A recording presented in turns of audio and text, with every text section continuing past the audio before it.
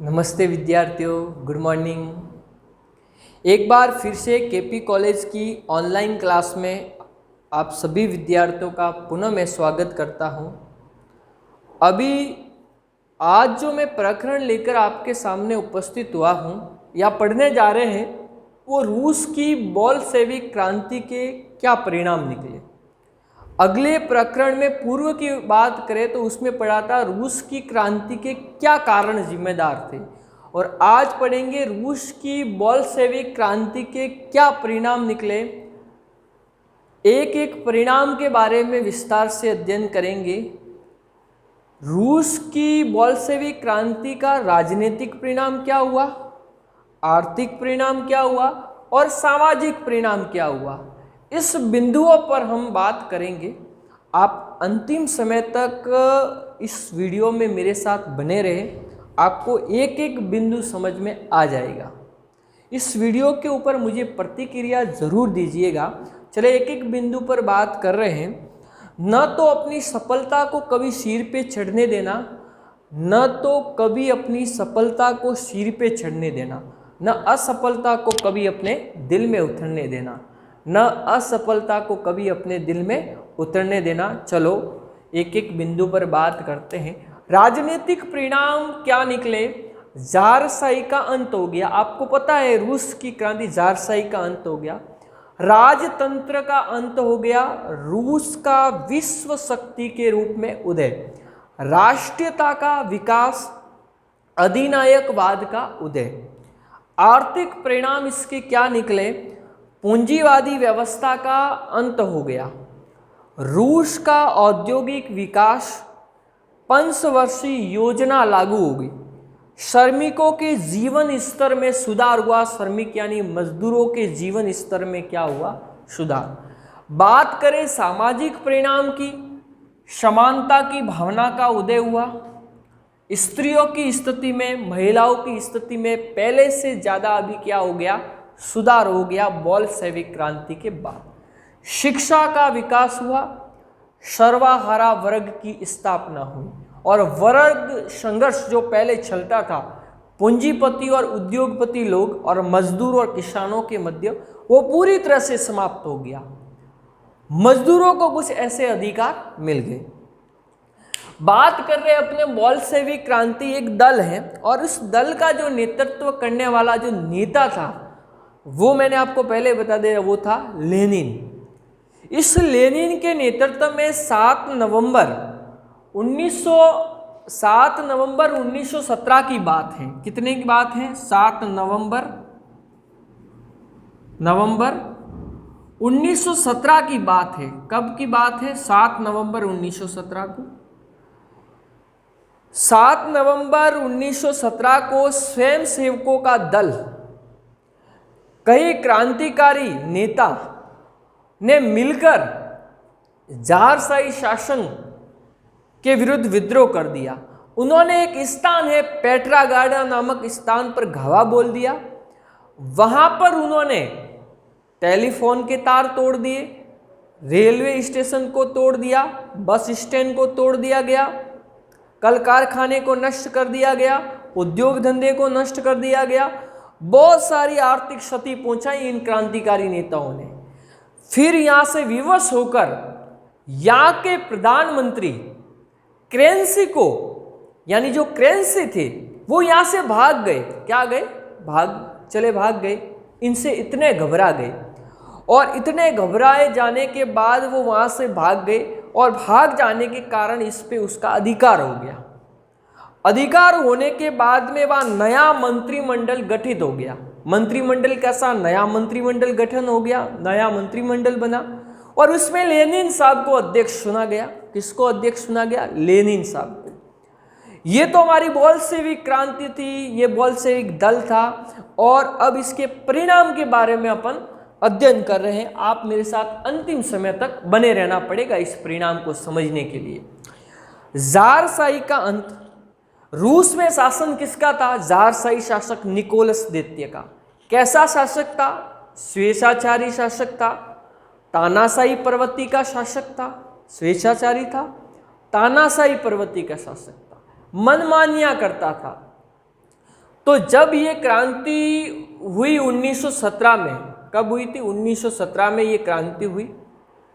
इस क्रांति के बाद अगर बात करें 1918 की, तो 1918 ईस्वी में इस ज़ारशाही शासन का क्या कर दिया? अंत हो गया। ये रूस में जो ज़ारशाही शासन था, इसमें एक रोमोनोव एक वंश था, ये रूस में शासन करता था। कौन सा वंश? रोमोनोव वंश शासन करता था। इस वंश ने रूस में लगभग 300 वर्ष तक शासन किया। वो इतना बड़ा शासन, 300 वर्ष तक शासन किया। लेकिन जैसे ही रूस की क्रांति हुई, तो इस रोमोनोव वंश के जो शासक थे निकोलस द्वितीय और उसके परिवार को 1918 में मौत के घाट उतार दिया। जैसे ही उनके परिवार को मौत के घाट उतार दिया, तो ज़ारशाही शासन का क्या हो गया? अंत हो गया। देखो, राजा को मार दिया, उसके परिवार को पूरी तरह से समाप्त कर दिया। जो तानाशाही और स्वेच्छाचारी शासन अपनाते थे, जनता उससे दुखी थी, जनता उसके शोषण का शिकार हो रही थी। तो इसका जो क्रांति होने के बाद इस वंश का नाश हो गया, अंत हो गया। और अंत कब हुआ? 1918 में पूरे परिवार का नाश कर दिया गया। ये वंश कौन सा था? रोमोनोव वंश था। चले अगले बिंदु की बात करें, वो है राजतंत्र का अंत। अंत भी हुआ, किसका हुआ? राजतंत्र का अंत। अपन राजनीतिक परिणाम की बात कर रहे हैं। किसकी बात कर रहे हैं? राजनीतिक परिणाम। राजतंत्र का अंत हो गया। आपको पता ही है राजतंत्र का मतलब राजा के बाद उसका बेटा क्या बनता है? शासन बनता है। ये आनुवंशिक होता है, सबसे बड़े बेटे को शासक बनाया जाता था, उस समय की बात है। राजतंत्र का अंत हो गया। राजतंत्र कौन है? ज़ारशाही शासक रोमोनोव वंश का शासन था। इस वंश का क्या हो गया? अंत हो गया। और अंत होने के बाद में वहां रूस में एक नया शासन देखने को मिलता है, वो है समाजवादी शासन। कैसा शासन देखने को मिला रूस में? समाजवादी शासन। समाजवादी शासन की स्थापना हुई। क्रांति के बाद 1917 में समाजवादी शासन की स्थापना हुई। और इसी समाजवादी शासन को सर्वहारा शासन भी कहते हैं। अब आप कहेंगे सर्वहारा शासन से क्या तात्पर्य? सर्वहारा के शासन में कृषक लोग हैं, मजदूर लोग हैं, मध्यम कैटेगरी के लोग, सारे लोग आते थे। लेकिन राजतंत्र के अंतर्गत राजा के बाद उसका बेटा, कुलीन लोग हैं, सामंत लोग हैं, उनका बाहुबल था। इन मजदूरों, इन किसानों को हीन की दृष्टि से देखा जाता था। तो राजतंत्र का देखो, राजनीतिक परिणाम में रूस में 1917 में बोल्शेविक क्रांति के बाद रूस में राजतंत्र समाप्त हुआ। उसके बाद समाजवादी और सर्वहारा वंश की क्या हो गई? स्थापना हुई थी। अगले बिंदु की बात करें, रूस का विश्व शक्ति के रूप में उदय। रूस का विश्व शक्ति के रूप में उदय तो हुआ रूस का। जैसे ही बोल्शेविक क्रांति समाप्त हुई 1917 ईस्वी के बाद, तो रूस एक शक्तिशाली देश के रूप में उभर कर सामने आया। खूब उन्नति हुई, यहाँ पर कारखाने स्थापित किए गए, यहाँ पर कारखाने, उद्योग धंधे स्थापित किए गए। रूस एक विश्व शक्ति के रूप में उभर कर आया। एक इतिहासकार है जिसका नाम है पियर्स नामक इतिहासकार का कहना है कि रूस आधुनिक विश्व के इतिहास में इतना शक्तिशाली बन गया था कि वो इस विश्व के अंदर एक महान शक्ति बन गया। वर्तमान में भी रूस एक महान शक्ति के रूप में है। रूस के साथ में यूक्रेन का युद्ध चल रहा है और लगभग 43-44 दिन हुए, लेकिन इसका परिणाम अभी तक नहीं हुआ। रूस बहुत शक्तिशाली देश है। इसमें नाटो देश ने भी उनको कई प्रकार की धमकियां दी है, लेकिन इसके ऊपर पुतिन के ऊपर उसका कोई प्रभाव नहीं पड़ रहा है। ये लगातार अपनी मिसाइलों से और अपने शक्तियों से उनके ऊपर लगातार प्रहार करता है, रूस कर रहा है, जो वर्तमान में भी इतना शक्तिशाली देश है। एक शक्तिशाली देश के रूप में उभर कर क्या आया, सामने आया रूस। रूस औद्योगिक, ये इसकी कौन सी, रूस की बॉल्शेविक क्रांति के बाद। बात करें राष्ट्रीयता का विकास, 1917 ईस्वी में बॉल्शेविक क्रांति हुई। बॉल्शेविक क्रांति के बाद रूसी जनता में राष्ट्रीयता की भावना विकसित हुई, और राष्ट्रीयता की भावना विकसित करने के लिए यहाँ के लेखकों साहित्यकारों ने कई रचना की। इस लेखकों और साहित्यकारों में बात करें, बाकुनी है, गिरगो है, और टॉल्स्टॉय नामक बहुत सारे लेखक हुए जिन्होंने रचना की, जिसमें उसमें राष्ट्रीयता की भावना उत्पन्न हुई। और ये रूसी लोग हैं जो अपनी मातृभूमि के लिए त्याग और बलिदान की भावना करने के लिए इतने तत्पर हो गए कि हम अपनी मातृभूमि के लिए सर्व कुछ निछावर करने के लिए तैयार हैं। ये अपने राजनीतिक परिणाम में हुआ, राष्ट्रीयता की भावना का इसमें क्या हुआ, विकास। अधिनायकवाद का उदय, अधिनायकवाद का उदय। रूस की क्रांति हुई 1917 ईस्वी में, और 1917 ईस्वी में रूस में अधिनायकवाद का क्या हो गया, उदय हो गया। अधिनायकवाद कौन कौन से देशों में प्रबल हुआ, एक इटली और दूसरा हुआ जर्मन। जर्मन में अधिनायकवाद स्थापित हुआ, उसका नेतृत्व करने वाला था वो हिटलर था। कौन था, हिटलर। और इटली में अधिनायक तंत्र स्थापित हुआ तो उसका नेतृत्व करने वाला था मुसोलिन। कौन था, मुसोलिन। इस हिटलर और मुसोलिन के बारे में भी हम अगले वीडियो के अंदर पढ़ेंगे। आप मेरे सभी वीडियो देखते रहें, आपको एक एक वीडियो में आपको एक एक जानकारी दी जाएगी। चलो, अधिनायकवाद का उदय।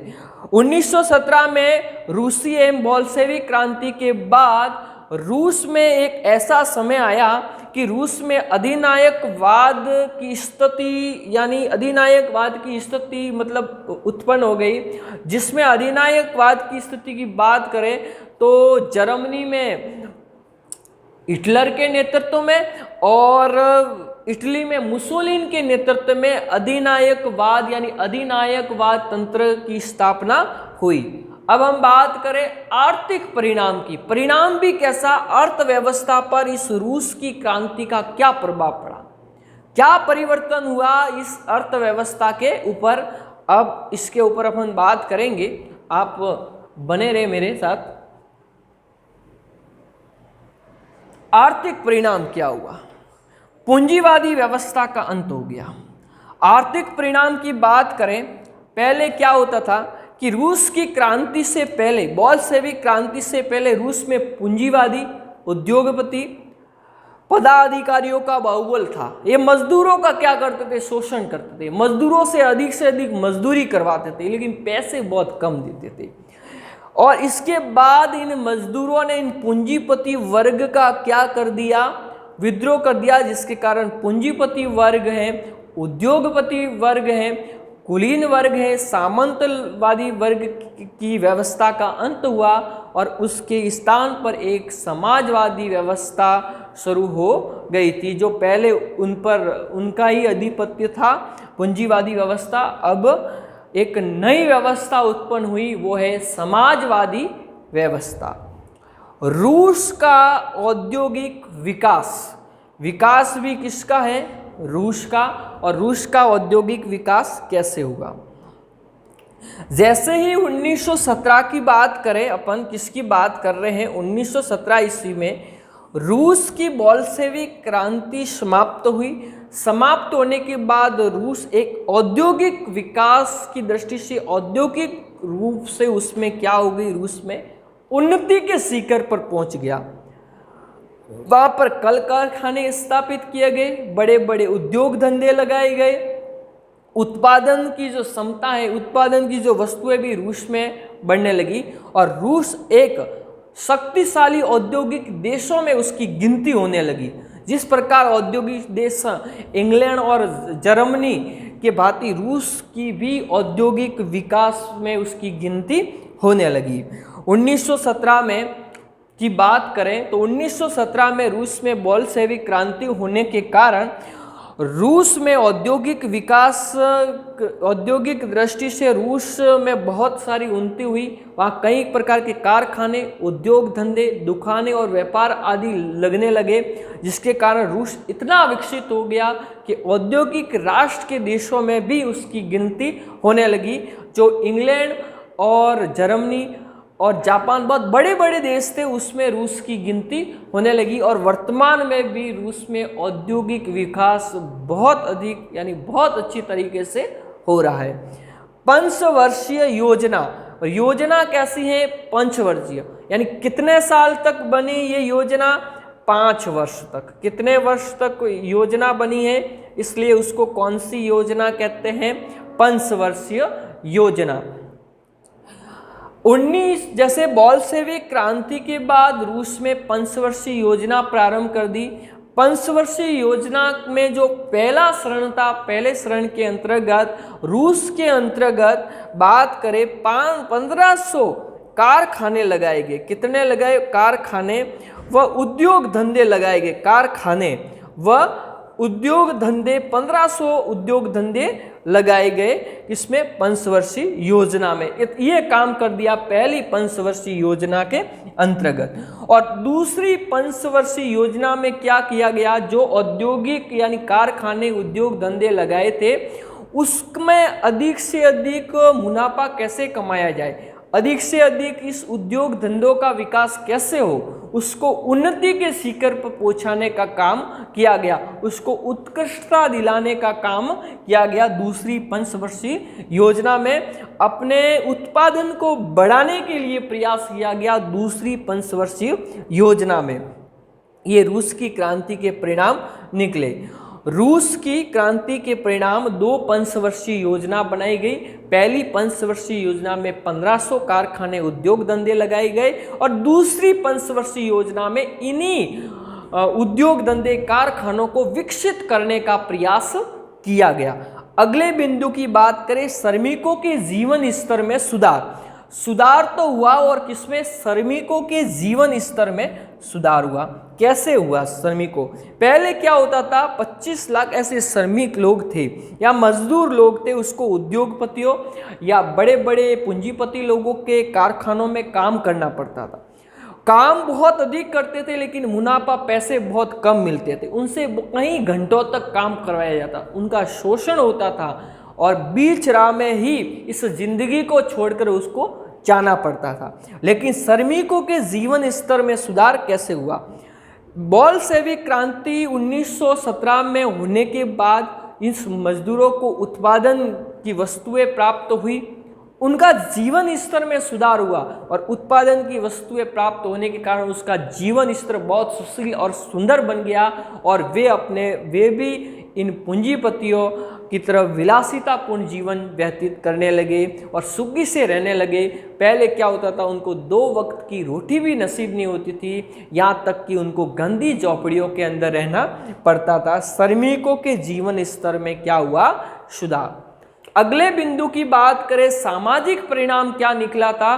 परिणाम तो निकला, वो था सामाजिक परिणाम। बात करें सामाजिक परिणाम की, समानता की भावना का उदय। रूस की क्रांति से पहले क्या होता था? रूस में 2 वर्ग थे, एक अधिकार युक्त वर्ग, एक अधिकार विहीन युक्त वर्ग। अधिकार युक्त वर्ग में जार के परिवार आते थे, सामंत लोग आते थे, कुलीन वर्ग के लोग आते थे, पदाधिकारी होते थे, बड़े बड़े कर्मचारी लोग होते थे। ये मनमानियां करते थे, विलासितापूर्ण जीवन व्यतीत करते थे, उनको हर सुख सुविधा की वस्तुएं उपलब्ध होती थी। दूसरा जो वर्ग आता था, अधिकार युक्त वर्ग, इसको किसी प्रकार का कोई अधिकार नहीं दिया गया था। भाई ये वर्ग में कौन? कृषक लोग आते थे, मजदूर लोग आते थे। ये लोग हैं, इनका अधिक से अधिक शोषण करते थे, उनको काम करवाते थे, खेतों में काम करना पड़ता था, जिसके कारण उनका शोषण होता था। क्या होता था? शोषण होता था। तो इस क्रांति के बाद ऐसा परिवर्तन हुआ कि समानता की भावना प्रबल हो गई। एक ऐसा वर्ग यहाँ देखने को मिला जिसका नाम है समाजवादी वर्ग, जिसमें कृषक, मजदूर, मध्यम सारे वर्गों ने भाग लिया। यहाँ तक कि उन्होंने इसके बाद में राजनीति में भी भाग लेना प्रारंभ कर दिया और समानता की भावना देखने को मिली। अगले बिंदु की बात करें, स्त्रियों की यानी स्थिति में सुधार। महिलाओं की स्थिति में क्या सुधार हुआ? रूस की क्रांति के समय की अगर बात करें तो जो ये महिलाएं हैं वो कार्यालय है, शिक्षा के क्षेत्र में है, दुकानों है, उद्योगों है, उसमें काम करने लगी। पहले ऐसा नहीं था, महिलाओं को चार दीवारी के अंदर रखा जाता था, उसे किसी प्रकार से काम नहीं करवाया जाता था। रूस की क्रांति से पहले उसको क्या घर में ही रखा जाता था। लेकिन इसके बाद में एक समय ऐसा आया कि वे कार्यालय है, वहाँ है, सभी में काम और शिक्षा प्राप्त करने का भी अधिकार प्राप्त हुआ। और एक समय तो ऐसा आ गया कि रूस में 90% महिलाओं को शिक्षा के भी अवसर भी दिया जाने लगा था और महिलाओं के साथ अच्छा व्यवहार किया। शिक्षा का विकास,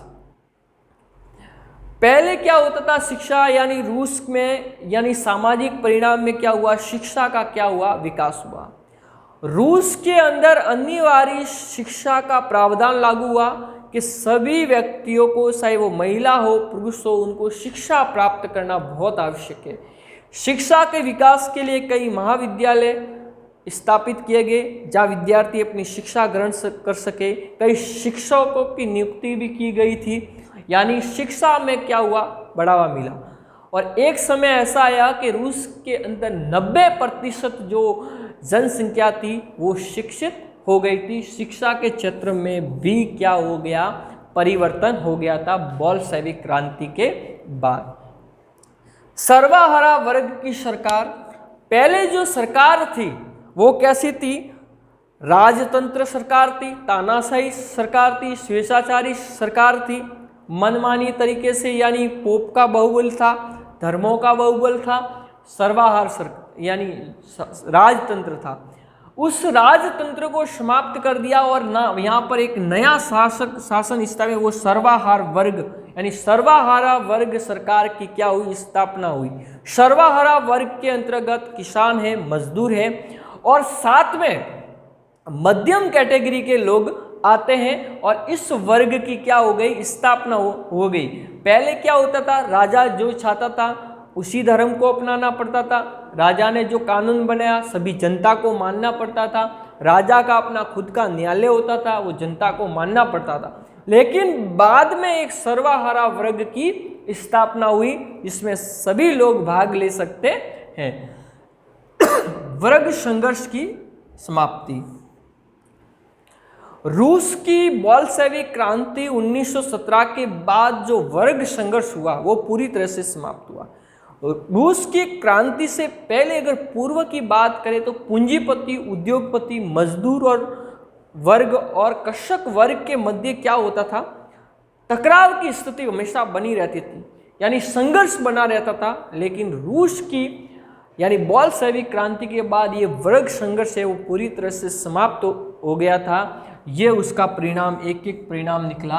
राजनीतिक परिणाम, जारशाही का अंत हुआ, राजतंत्र का अंत हुआ, रूस का विश्व शक्ति के रूप में उदय, राष्ट्रीयता का विकास, अधिनायकवाद का उदय। जर्मनी में अधिनायक तंत्र की स्थापना करने वाला कौन था, वो था